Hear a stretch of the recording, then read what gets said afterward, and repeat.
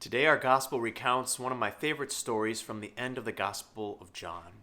It is the third time it says that Jesus reveals himself to his disciples after being raised from the dead. And the disciples decide that they are going to go fishing, led by Peter. He says, I'm going to go fishing, and the other ones go with him. It's interesting that they're doing this because he's going back to his old way of life. He's going back to what he knows from before. And the other ones are willing to go with him. Even though Jesus has already appeared to them twice, they don't know what to do with that. They don't know what's supposed to be next, so he just goes to what he knows. I think it's a familiar feeling for so many of us that if I don't know what to do with something, I go to what I know. And Jesus calls out to them from the shore, someone they don't recognize still, telling them to cast their nets, and just like he did when he first met these disciples. And they pull out 153 large fish. Different theologians have speculated what that number means.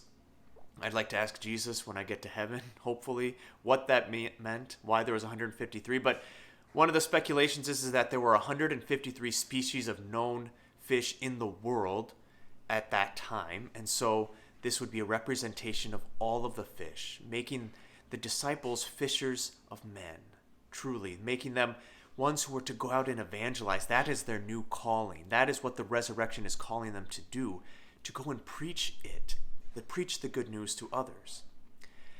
And we see that starts to happen because in the Acts of the Apostles, we see how Peter and the other disciples have become emboldened by the Holy Spirit, how they react to the Jewish leaders who are questioning why this crippled man has been healed. And he says that it is through Jesus Christ the Nazarene. That they said if we are being questioned or we are being put on trial for a good deed done for a crippled person, then what is this all about? But he's saying that it is Jesus Christ the Nazarene who you put to death. Through his name he was healed. And it's only through his name that there is salvation for anyone. That's an important thing for us to remember, that it's through Jesus and the preaching of his resurrection that there is salvation for us and for everyone else. There's no salvation outside that name.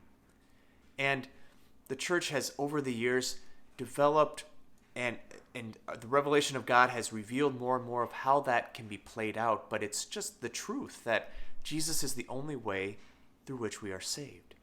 That when we go out and preach Jesus, we're not just preaching someone who is nice or someone who we should follow in virtue or something, but this is the one who is going to save us, the one who has saved us and is saving us and will save us. And so we're all called to be fishers of men, my friends. We're all called to go out and catch people, to tell them the good news that there is salvation in Jesus Christ. Through his resurrection, we can be saved.